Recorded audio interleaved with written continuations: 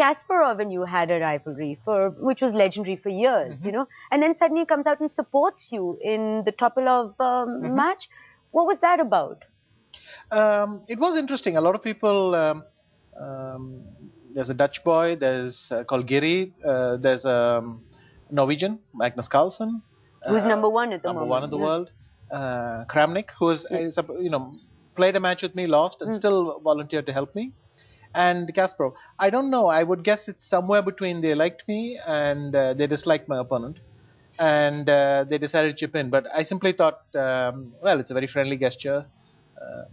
What's for me to do? I'll just accept it. So when did you know that chess was going to be your life? I know you've been playing since like age 6 with your mother. I would say I got into it at 6, and I never really saw a reason to stop. I mean, generally, you do something like this, your favorite sport or some passion of yours, and you're very passionate about it. You really love it.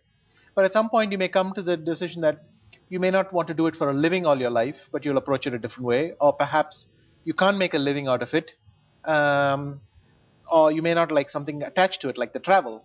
And I never had one of those moments. You've never got bored with it and sort of gone, even in your, because you've had rock bottom moments and you've had moments where things haven't gone well for you and now you're back on top. But have you never thought, okay, I'm just going to give it up and run a hotel or do something completely diametrically opposite to chess?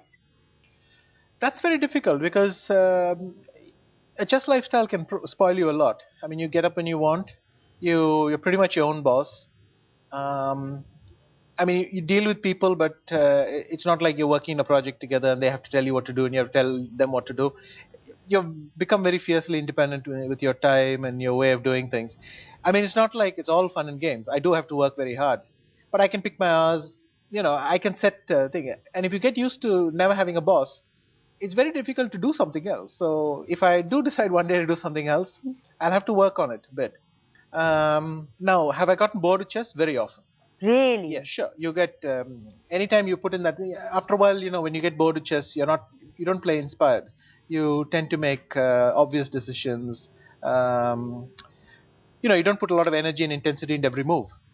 But it's never lasted more than 4 or 5 months.